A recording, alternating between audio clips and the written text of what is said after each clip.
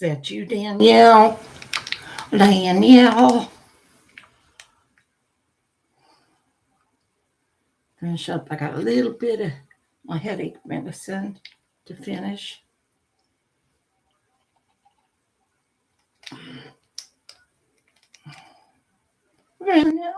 Wow. Heart. Okay, heart rate wise. I know you and Danielle wanted to hear the rest.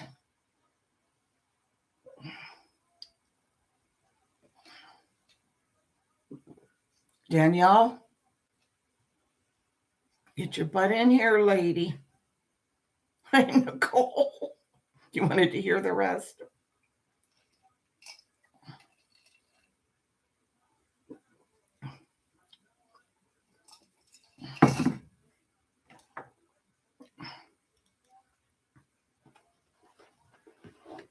I'll probably run into the Zoom afterwards, see what's going on.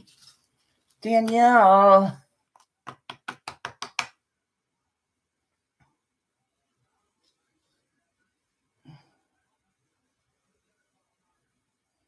No, it's fine. No, I'm fine. Think so. Just got to wait for Danielle. Let me message her. I told her I was running to the bathroom.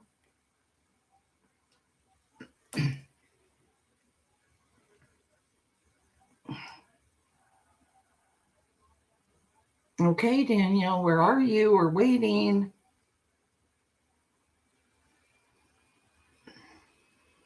I'm not finishing the story until you get in here. Heart Made Wise said, Danielle, get your coolie in here. Nicole. Oh, thank you, Nicole. I don't know why I'm laughing about that. No, I'm good. It was only, it's going away. It's actually going away right now. She says, I'm coming.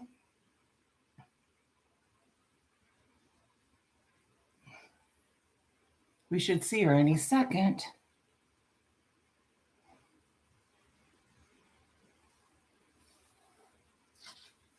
I know I put a marker here.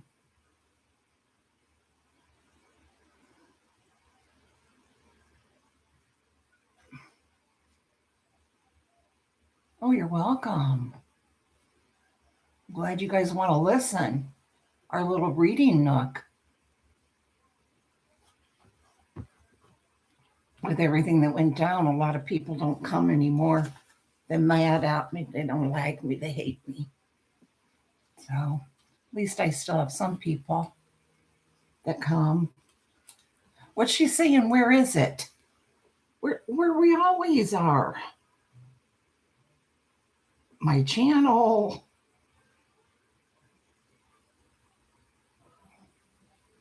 I almost said, am I live? I am live, right? Well, yeah, I have to be. Now I feel like I'm in the book. Like I'm part of Stephen King. Yeah, I lost more subscribers too. Not that it really matters. Carolyn says don't worry about it.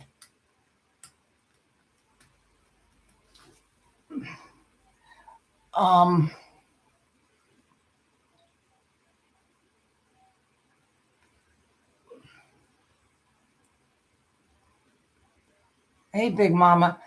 Big Mama, please. You're just going by what you've heard from people. Why don't you trust me? Big Mama, don't be mean about her, please.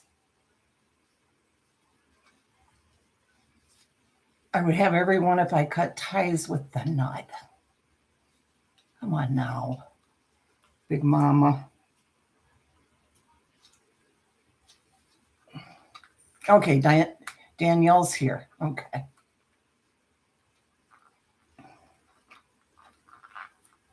See, I don't want people to watch me just because I would leave Carolyn. You know, I like Carolyn. I don't want to leave her. You can't listen to what everybody else says, Big Mama. You really can't. Okay, story time, Danielle. Okay, all right. Okay, here we go. Let's see now. Danielle gets feisty. Okay, let's see. Here, now, where were we?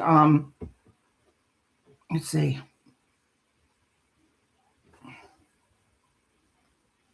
Okay, through that M80. Carla didn't want much to do with them in the bedroom after that. Okay,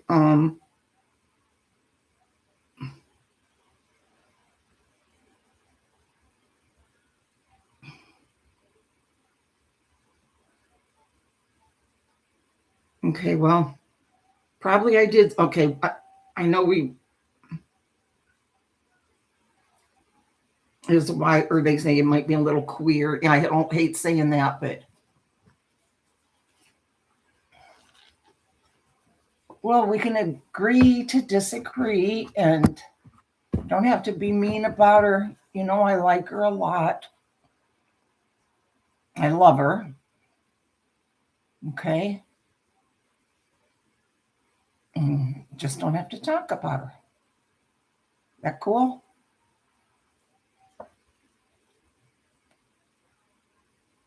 And let's just say you don't know her like I do, and we'll just not talk about her anymore. Okay, story time. Let's see. I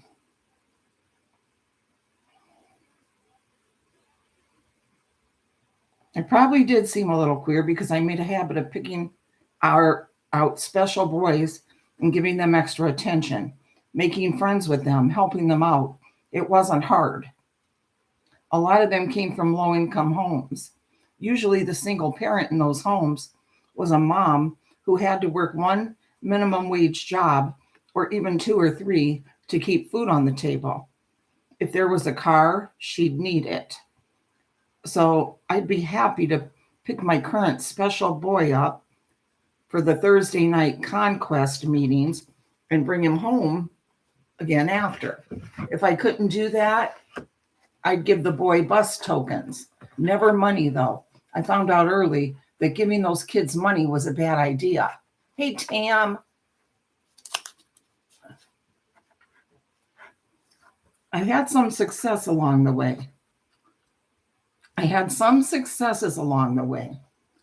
One kid, I think he had maybe 2 pairs of pants and 3 shirts to his name when I met him, was a math prodigy. I got him a scholarship at a private school, and now he's a freshman at Kansas State, riding a full boat. A couple of others were dabbling in drugs, and I got at least one of them out of that, I think. You can never tell for sure. Another ran away after the argument with his mom and called me from Omaha a month later, right around the time his mother was deciding he was either dead or gone for good. I went and got him. Working with those conquest boys gave me a chance to do more good than I ever did filing tax returns and setting up tax dodge corporations in Delaware. But that wasn't why I was doing it, only a side effect.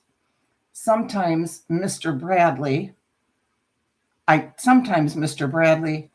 take one of my special boys fishing out to Dixon Creek or to the Big River or the Lower City Bridge. I was fishing too, but not for trout or carp. For a long time, I didn't feel a single nibble on my line. Then along came Ronald Gibson. Ronnie was 15, but looked younger. He was blind in one eye, so he couldn't play baseball or football, but he was a whiz at chess and all the other board games the boys played on rainy days. No one bullied him. He was sort of he was sort of the group mascot. His father walked out on the family when he was 9 or so, and he was starved for male attention. Pretty soon, he was coming in to me with all his problems. The main one, of course, was that bad eye. It was a congenital defect called a keratoconus, a misshapen cornea. A doctor told his mother it could be fixed with a corneal transplant, but it would be expensive, and his mom's couldn't afford anything like that. I went to Father Patrick, and between us, we ran half a dozen fundraisers called Fresh Sight for Ronnie. We even got on TV, the local news on Channel 4. There was one shot of Ronnie and me walking in Barnum Park with my arm around his thin shoulders. Carla sniffed when she saw it. If you aren't queer for them, she'd say, people will say you are when they see that. I didn't care what people said, because not long after that news report, I got the first tug on my line right in the middle of my head. It was the bad little kid. I'd finally caught his attention. I could feel him. Ronnie had the surgery. He didn't get all the sight back in his bad eye, but he got most of it. For the first year afterward, he was supposed to wear special glasses that got dark in bright sunshine, but he didn't mind that. He said they made him look sort of cool. He was supposed to wear them. Yeah, supposed to wear them. Not too long after the operation, he and his mother came to see me one afternoon after school in the little Conquest office in the basement of St. Andrews. She said, if there's ever anything we can do to pay you back, Mr. Hallis, all you have to do is ask. I told them that wasn't necessary. It had been my pleasure. Then I pretended to get an idea.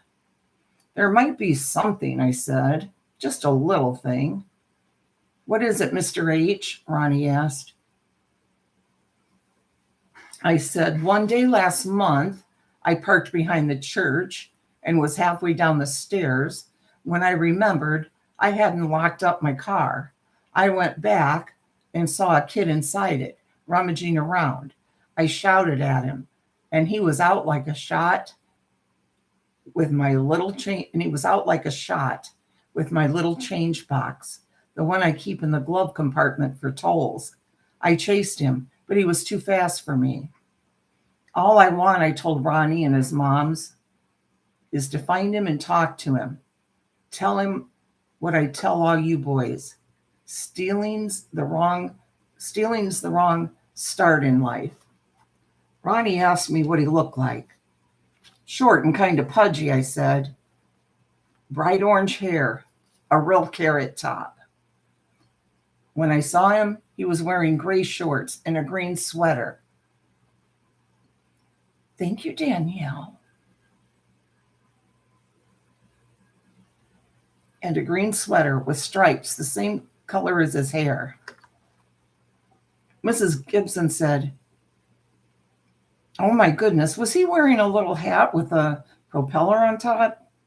Why, yes, I said, keeping my voice nice and steady. Now that you mention it, I believe he was. I've seen him across the street, she said. I thought he moved into one of the projects over there. What about you, Ronnie? I asked. Nope, he said, never seen him. Well, if you do, don't say anything to him. Just come and get me. Will you do that?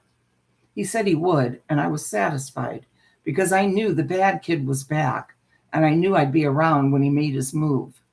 He'd want me to be around because that was the whole point. I was the one he wanted to hurt. All the others, Marley, Vicky, my father, Mama Nani, were just collateral damage. A week went past, then 2. I was beginning to think the kid had sensed what I was planning. Then one day, the day,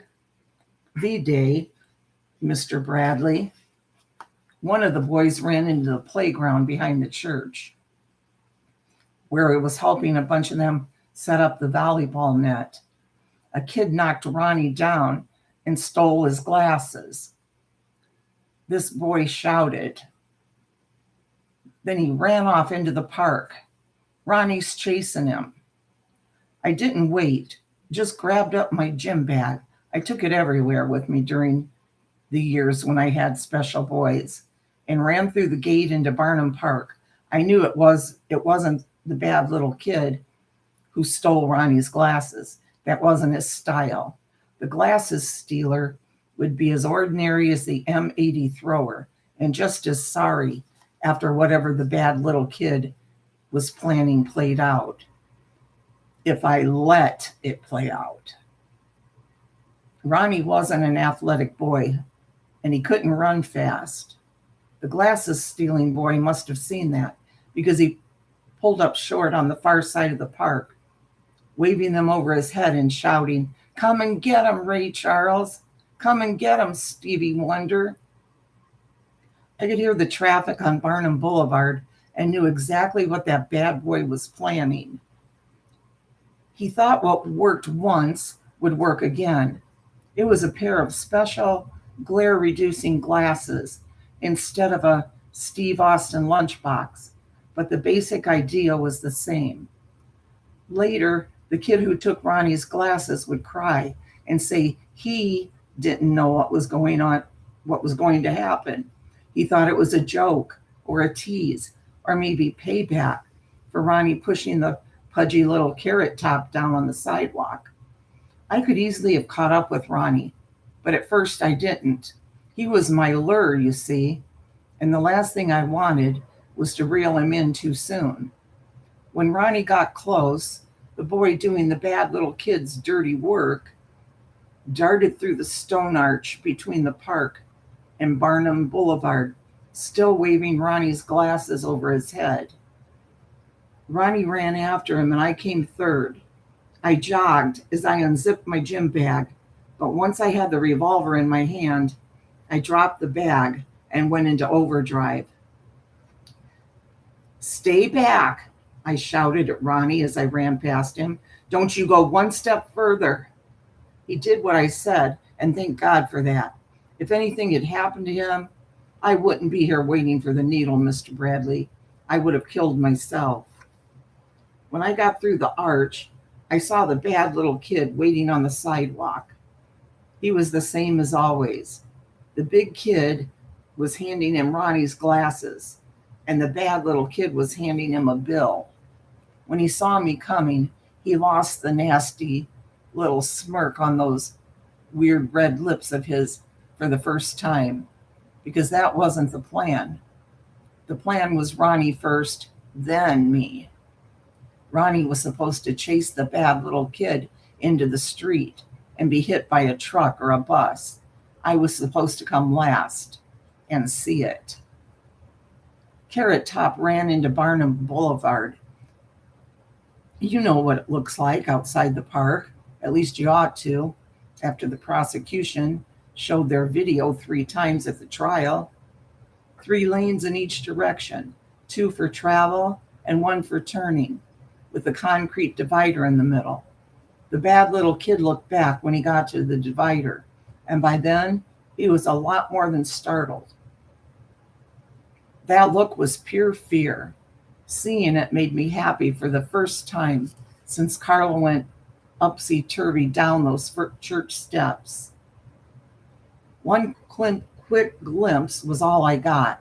Then he charged into the southbound lanes without a single look to see what might be coming at him. I ran into the northbound lanes the same way. I knew I might get hit, but I didn't care. At least it would be a genuine accident. No mysterious stuck accelerator. You can call that suicidal, but it wasn't. I just couldn't let him slip away. I might not have seen him for another 20 years, and by then I would have been an old man. I don't know how close I came to getting creamed, but I heard plenty of screeching brakes and squalling tires. A car swerved to avoid the kid and sideswiped a panel truck. Someone called me a crazy a-hole. Someone else shouted, "What the F is he doing?" That was just background noise. I had all my attention fixed on the bad little kid. Eyes on the prize, right? He was running fast as he could, but no matter what kind of monster he was on the inside, on the outside, he was stuck with short legs and a fat ass, and he never had a chance. All he could hope for was that a car would hit me, but none of them did. He got to the far side and stumbled on the curb. I heard some woman, a stout lady with dyed blonde hair, scream, "That man has a gun!" Mrs. Jane Hurley, she testified at the trial. The kid tried to get up. I said, "This is for Marley, you little son of a bitch," and shot him in the back. That was number one. He started crawling on his hands and knees. Blood was dripping onto the sidewalk. I said, "This is for Vicky," and put another one in his back. That was number two. Then I said, "This is for my dad and Mama Nani," and put a bullet into the back of each knee, just where those baggy gray shorts ended. That was 3 and 4. Lots of people were screaming by then.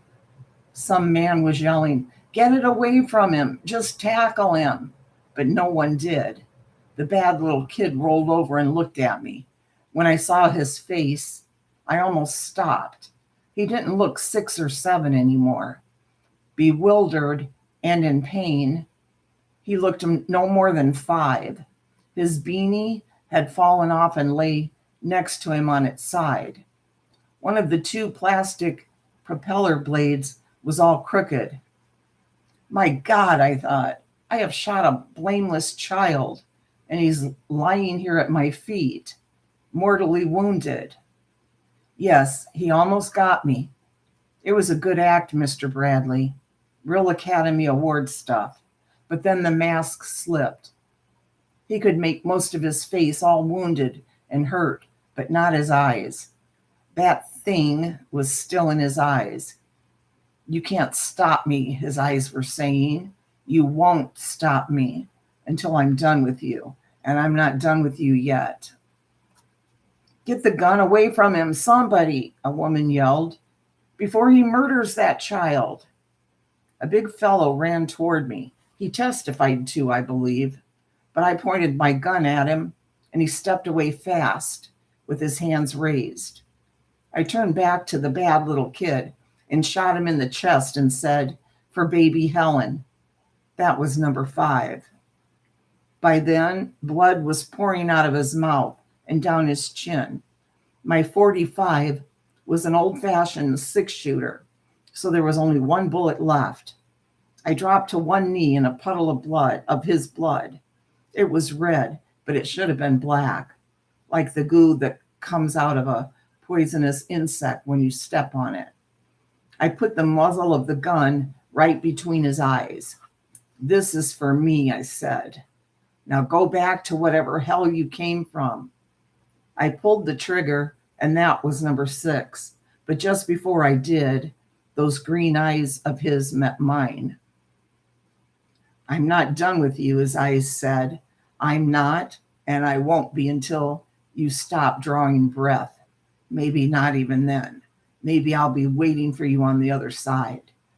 His head flopped over. One of his feet twitched and then went still.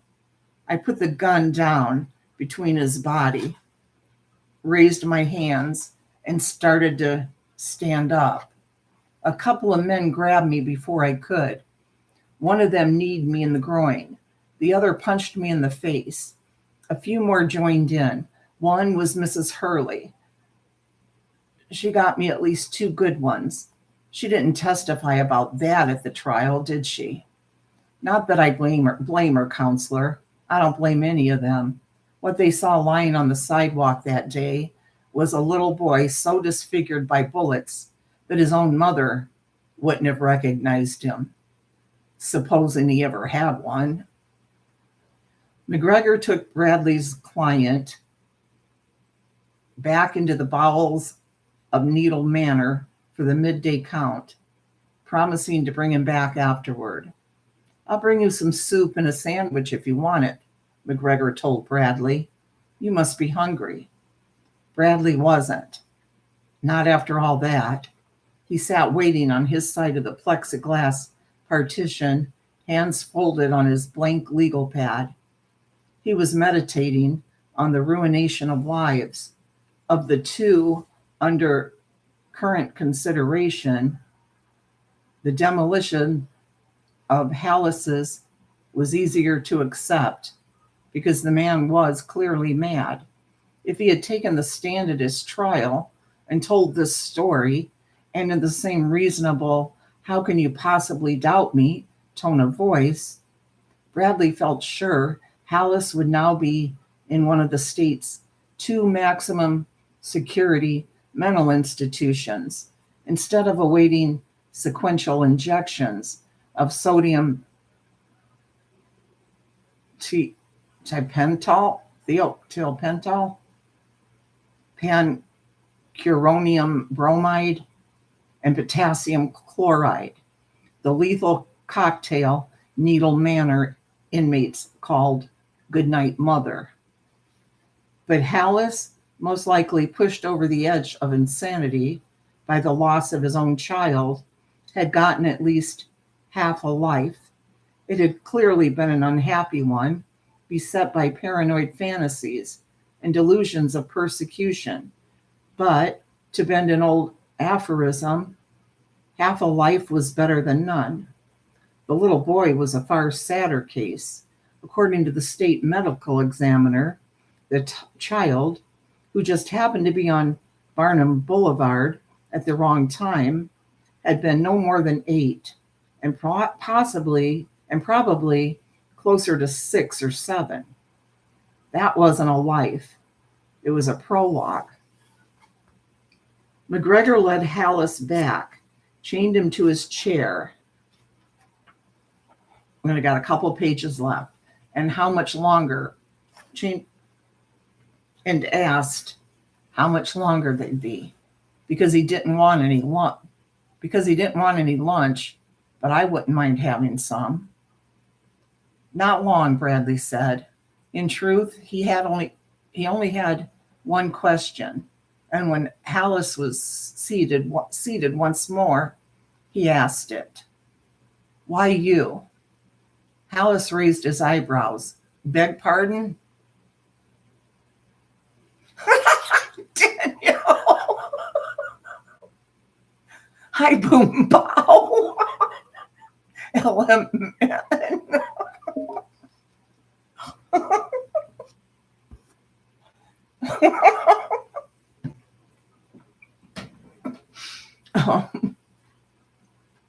Beg pardon?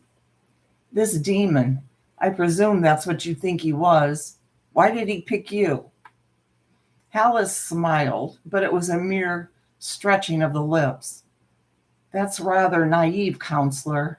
You might as well ask why one baby is born with a misshapen cornea, as Ronnie Gibson was, and the next 50 delivered in the same hospital are just fine. Or why a good man leading a decent life is struck down by a brain tumor at 30, and a monster who helped oversee the gas chambers of Dachau can live to be 100.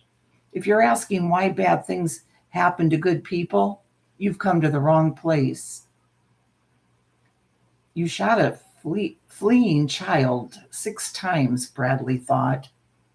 The last 3 or 4 at point blank range.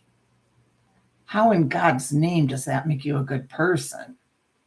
Before you go, Hallis said, let me ask you something. Bradley waited. Have the police identified him yet? Hallis asked in the idle tone of a prisoner who was just making conversation in order to stay out of his cell a little longer. But for the first time since this lengthy visit began, his eyes shone with real life and interest. I don't believe so, Bradley replied carefully. In fact, he knew they hadn't. If he had a source in the prosecutor's office who would have given him the child's name and background well before the newspapers got hold of it and published it, as they were, of course, eager to do. Unknown boy victim was a human interest story that had gone nationwide. It had died down in the last 4 months or so, but following Hallis's execution, it would certainly flare up again. I'd tell you to think about that, Hallis said. But I don't need to, do I? You've been thinking about it. It probably hasn't been keeping you up nights, but yes, you've been thinking about it. Bradley didn't reply. This time, Hallis's smile was wide and genuine. I know you don't believe a word of what I've just told you, and hey, who could blame you? But just for a minute, engage those brains of yours and think about it. This was a white male child, the sort of kid most apt to be missed and eagerly sought after in a society that still values white male children above all others. The kiddies are fingerprinted these days as a matter of course when they start school to help ID them if they're lost, murdered, or abducted. I believe in this state it's even a law. Or am I wrong? You're not, Bradley said reluctantly, but it would be wrong to make too much of it, George. This kid happened to fall through the cracks. That's all. It happens. The system is fallible. Hallis's smile became a full-fledged grin. Keep telling yourself that, Mr. Bradley. You just keep telling yourself that. He turned and waved at McGregor, who removed his earbuds and got to his feet. All done? Yes, Hallis said. He turned back to Bradley as McGregor bent to unchain him. His grin, the only one Bradley had ever seen on his face, was gone as if it had never been. Will you come when it's time? I'll be here, Bradley said. And so he was, 6 days later, when the curtains in the observation room drew back at 11:52 a.m. to reveal the death chamber with its white tiles and Y-shaped table. Only 2 other witnesses were present. One was Father Patrick of St. Andrews. Bradley sat with him in the back row.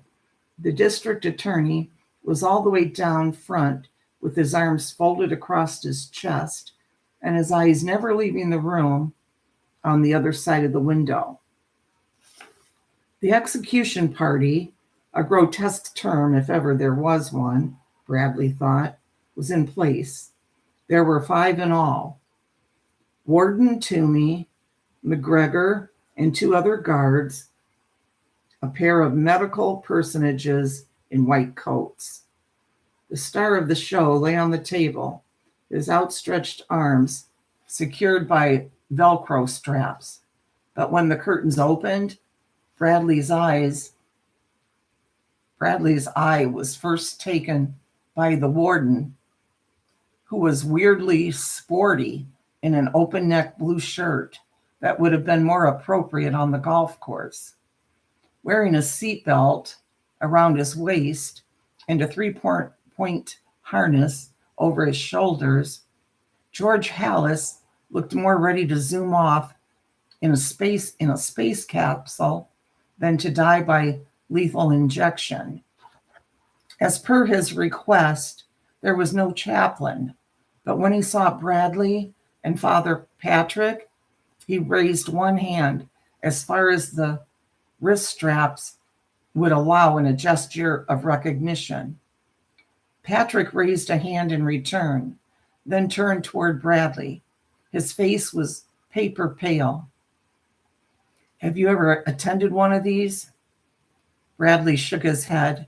His mouth was dry, and he didn't trust himself to speak in a normal tone of voice. Me either. I hope I'll be all right. Father Patrick swallowed. He was very good to all the children. They loved him. I just can't believe, even now, I just can't believe. Bradley couldn't either, yet he did, had to.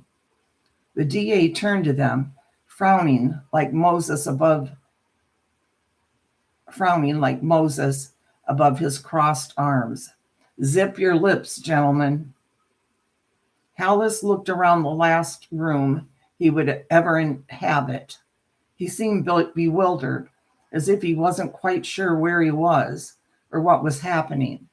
McGregor laid a hand on his chest in a comforting gesture. It was now 11:58. One of the white coats, an IV tech, Bradley assumed, cinched a length of rubber tubing around Hallis's right forearm, then slipped in a needle and taped it down. The needle was attached to an IV line. The line went to a wall console where 3 red lamps burned above 3 switches. The second white coat moved to the console and clasped his hands before him.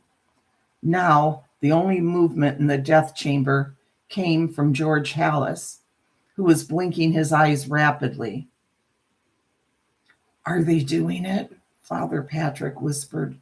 I can't tell. I can't either, Bradley whispered back. Maybe, but there was an amplified click that made them both jump. The state's legal representative remained as still as a statue. The warden said, Can you folks hear me okay in there? The DA gave a thumbs up and crossed his arms again. The warden turned to Hallis. George Peter Hallis, you have been condemned to death by a jury of your peers, a sentence affirmed by this state's Supreme Court and the Supreme Court of the United States of America. Like they ever said balls about it one way or the other, Bradley thought. Do you have any last words before sentence is carried out? Hallis began to shake his head, then appeared to change his mind. He peered through the glass and into the observation room. Hello, Mr. Bradley. I'm glad you came. Listen, okay? I'd watch out if I were you. Remember, it comes as a child. Is that it? The warden asked, almost jovially. Like, is that it? All happily.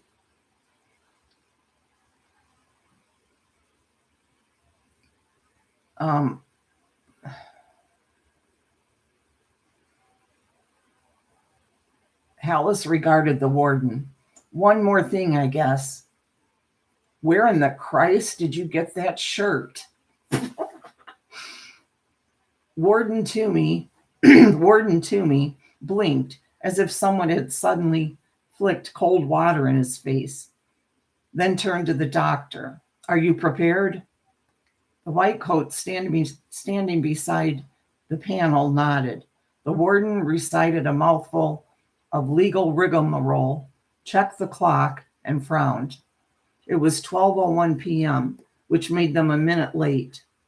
He pointed to the white coat like a stage director cueing an actor. The white coat flicked the switches and the 3 red lights turned green. The intercom was still open, and Bradley heard Hallis paraphrase Father Patrick. Is it happening? No one answered. It didn't matter. His eyes closed. He made a snoring sound. A minute passed. Another long, ragged snore. Then 2 minutes. Then 4. No snores and no movement.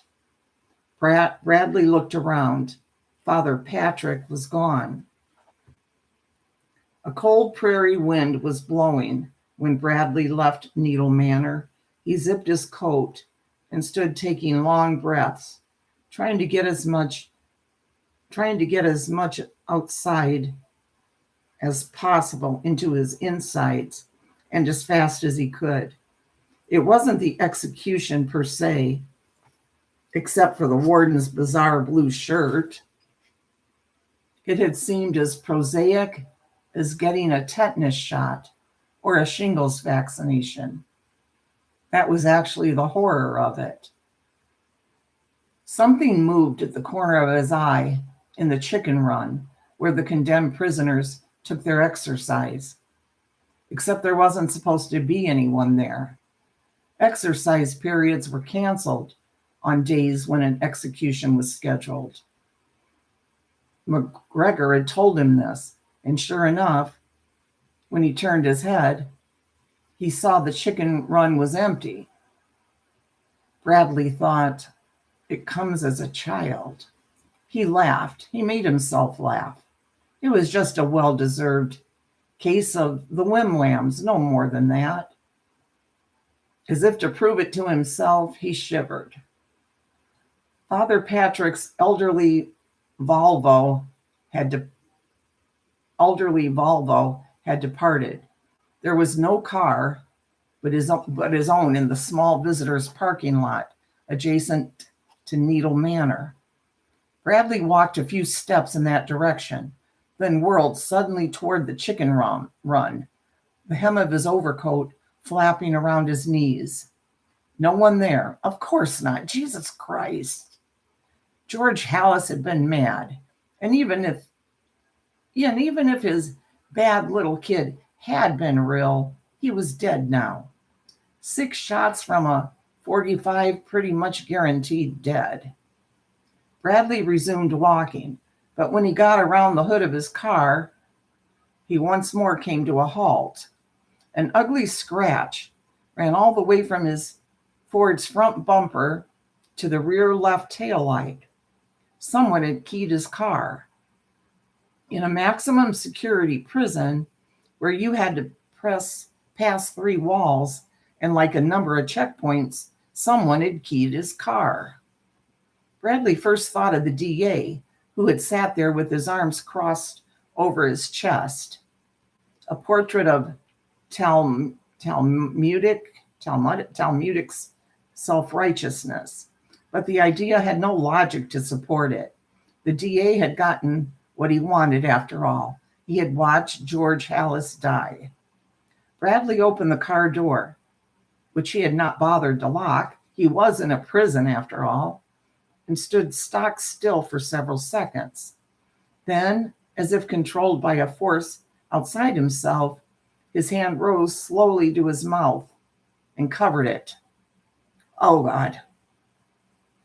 Lying on the driver's seat was a beanie with a propeller on top. Hey, Carolyn. I was just going to run into Zoom. I'm almost done. Just wanted to finish this. Or are you going to bed now? Right at the end of the story. Let's see.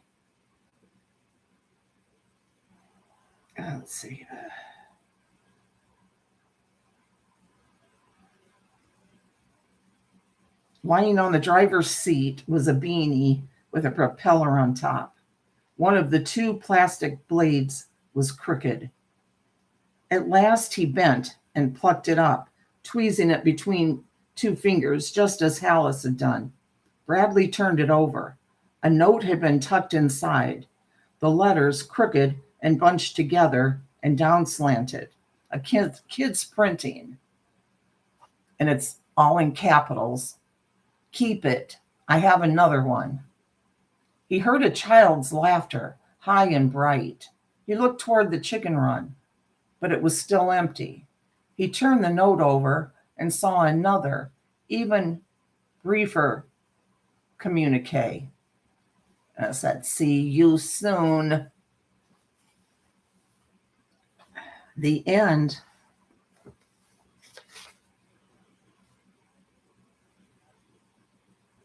Did you guys see it? or see it. I'm looking at see you soon or see ya. Ah, creepy, right?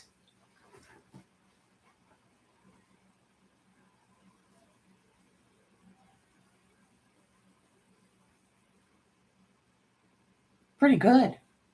Well, I'm glad I know you guys think you guys liked it. You came back. You wanted to get the rest of it, so you got it. Danielle's going to be terrified tonight. Boom Pow, you liked it? Good, thank you. Thank you guys for coming. To finish it up. Oh, you're welcome. You're welcome, Danielle. I had to do this for all my Patreons. I have 22,000 people in here right now. Element.